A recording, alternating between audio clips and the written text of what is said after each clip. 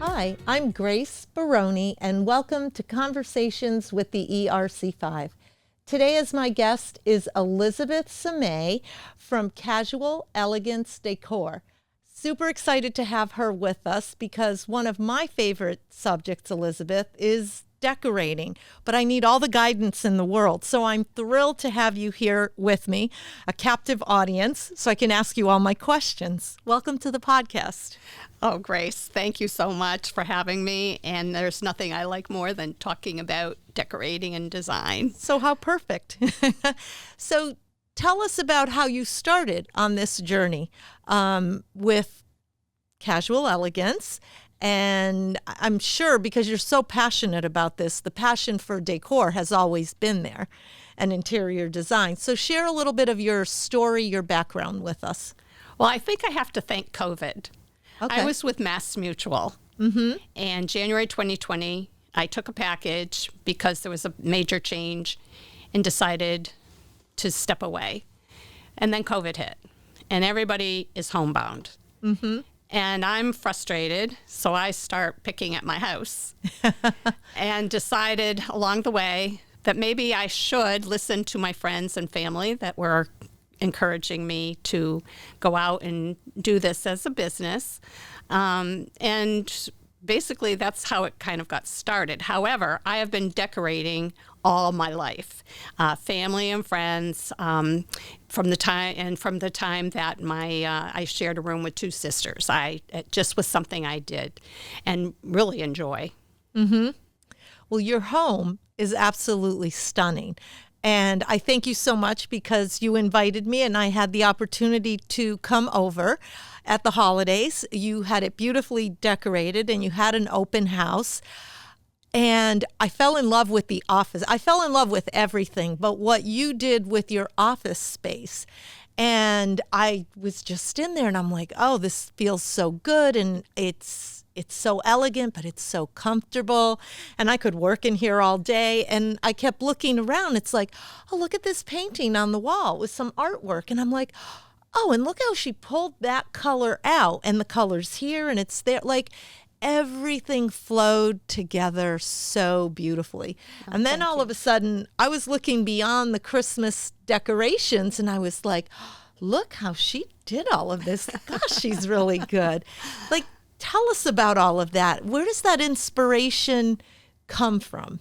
Well, first of all, it started with a need because I was using my dining room table as my office, which kind of limited my creativity with all the distractions that do occur in a typical home. And so I started to ask myself the question of, what do I have? And I had a room, very nice room, a very comfortable room that I like to escape to and close the door. And yet it was underutilized. So I chose to change that room and make it the office that it is today, yet incorporating the same elements of the former room, that I can still go in there and have a quiet moment. I can go in there and read and be able to shut the door to the distractions of activity. And the picture that you noted is something that was done by a local artist. It's a watercolor of the courtyard of the only French mansion in Springfield. It's absolutely beautiful. And I'll just say, if anybody has a chance to get a tour of that mansion, it's worth it. It's so beautiful. And so that picture was my inspiration for the colors in the design. And in fact, what I did was I took it up a notch to incorporate what now people are talking about in terms of 2025 and things that we're going to see in decorating and design, that being wallpaper, for one, and I'm so happy about that. I love wallpaper. Color drenching is another factor. which I did do in this particular room, and arches. I love arches, and I was able to have that incorporated into a built-in that was done specifically for me and my design. And that's why that room, I feel, really evokes this calm that you talked about, and it's very comfortable. And I am able to stay in there and work for long hours without any wanting to step away. Right. I was going to say, why would you want to leave it? Exactly. I don't. I love being in there. And I could see myself in it. I was like, oh, I could be over here and I could be working. And you know how sometimes when you're working and so focused on something, you just need a break. And I thought, oh, and then I could be sitting in that chair and looking out the window, and I could get creative and probably solve my problem. Everything would be wonderful if I just had Elizabeth's office. It was just stunning. But also the color. I loved how you pulled colors together.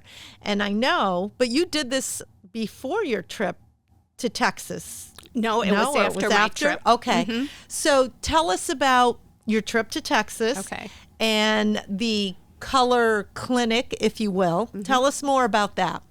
So I realized that the biggest thing that people struggle with is color.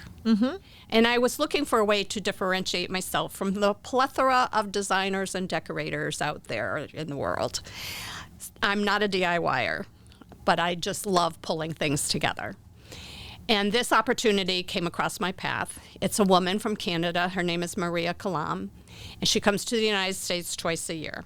And it's a very intensive deep dive into color and undertones and how they work together and how they don't work together. And when you see it and you go through it, it's just amazing. Because what you'll hear from people oftentimes after they've painted a room and they put it together, and they take a step back, they're not sure what they just what happened. It looks off, right? And generally speaking, it's just because it's a color they love, but they didn't pay attention to what the undertone of that color would do to change what else was happening in the space, especially when you're not buying all new furniture or flooring, carpeting, whatever. So you do have to pay attention to those details in order for it all to make sense and to feel right. Color is a feeling, and color will either frustrate you or it will allow you to feel the joy and the sense of like, yes, this is my space. And that's what I work very hard to try to get people to that point. Well, and to your point, color is so important because I think it was back in the late 80s when everybody was having their colors done to find out what colors you should wear. And that is so very true. I know what my favorite dresses are. And as I look at them, it's like, it's because the color. That's right. If I'm having, if it's a dreary day or something, I want a hot pink or I want a red. There are certain colors that I want depending on my mood. So I would certainly think that having the right color and undertones in your home is just going to set everything. Oh, it does. And not only for that room, but how it carries through your home. Which is another thing that has to be paid attention to. For instance, I just completed doing new paint on my kitchen walls that lead into the hallway, that lead into the dining room. I wasn't going to touch the dining room. The dining room is exactly the way I want it. However, because of the open space to the kitchen, to the hallway, everything had to come together. Not matchy-matchy, but complement. And to that end, one of the reasons I wanted to make this change, and just speaking about colors, is this thing where gray is out. And you'll read a lot in the various catalogs, feeds, etc. online. Gray is out. Well, gray isn't exactly out, but I did have a darker gray solid wall that before that even became anything talked about, I was done. I was over it. And that's what happens with trends. And that's the big part of it. You can start to feel the change of trends. And to that end, that dark accent wall is not the way to approach maybe the design for that particular space any longer. I'm not saying no to dark walls, because right now we are moving into a trend with warmer tones, earth tones, not Tuscan, but earth tones. And if you've noted at all, little pictures here and there of that beautiful, rich, caramel colored leather sofa, which I did and I'm drooling over, that is the new trend. So this is what happens. Trends go for about 10 years. And so about halfway through, that's about when they peak. And we're in a trend right now that has peaked, and that is the black trend. Mm-hmm. Black painted window frames, black hardware, black and countertops, etc. You name it, black. And we see a lot of that because in the beginning of a trend, manufacturers recognize, we've got to start producing products because this is going to be a demand in a very short period of time. Black is on its way out. I'm sorry, folks. I know that's probably upsetting some people, but if I were building a home today, I would, or anyone I was working with, I would discourage them from doing the black frame windows. Mm-hmm. It's because in a very short period of time, you're going to wish you didn't because of what's coming. Okay. And especially as we get older, mm-hmm. We kind of want things to last a little longer. Yes. And that's where having a timeless color effect is what is the direction that would work best. And that is what I try to help people do. Create you bring in your color through your carpet, through your accessories, through your furniture, mm-hmm. But keeping everything else in a timeless way for color will enable you, when trends change, to make those change much easier and for less money. So that all works together. That's all good to know. And unfortunately, I wish we could keep talking about decor, but there's one thing that you said that I do want to touch on, and that is when you're thinking about downsizing your house, or you want to put it on the market because you want to buy a bigger, better house, whatever the reason is, home staging. Can you just talk briefly a little bit about that? I can. So we can... I actually sold 2 of our homes in the past and understand the philosophy of what you have to do. The first thing you have to do is realize as soon as you make that decision to sell, you don't own the home any longer. The home is owned by the potential buyer, and that is how you have to see your space. Mm-hmm. And yes. My recommendation is, let's go outside and go through the front door.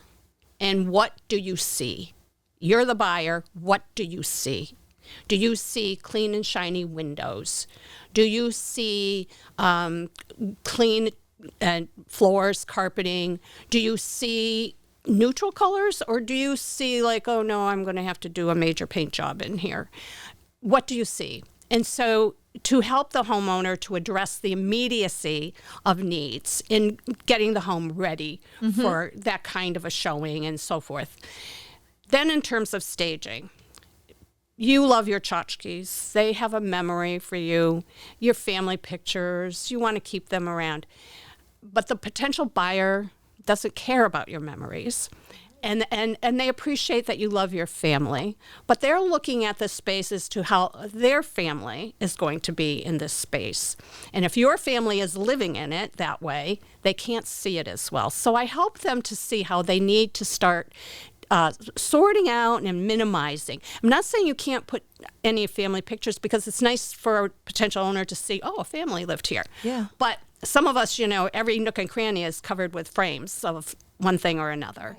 Right. And then furniture is another thing. We like our style, whatever mm-hmm. that is, and that's fine for the next place. But then to take that style and scale it back so that a person coming in to look at the home can see their things in your home. And that doesn't mean you get rid of everything, but it does mean you have to scale it back. What would be, because these are great points, and we could certainly talk a whole lot longer. Definitely. But what would be the best way for our audience to get in touch with you? Of course. I have a website, and it is simply www.casualelegancedecor.com. Mm-hmm.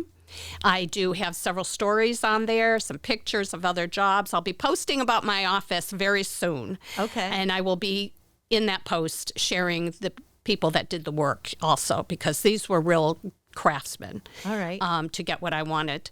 And then, I mean, they can call me. I'm You're very accessible. I So I am. encourage them to do that. And when you post about that office, I'll make sure to share those posts so that everyone can see what it was that I was talking about. And it really is beautiful. Elizabeth, thank you so much for joining us. I wish we had more time. I encourage our audience to check out your website. Thank you so much, Grace. Thank you I've very enjoyed much, this. Elizabeth. And thank you for joining us for Conversations with the ERC5. If you would like to be the next guest here at Stonegate Studios in Wilbraham, go to our website, erc5.com, and you can sign up there.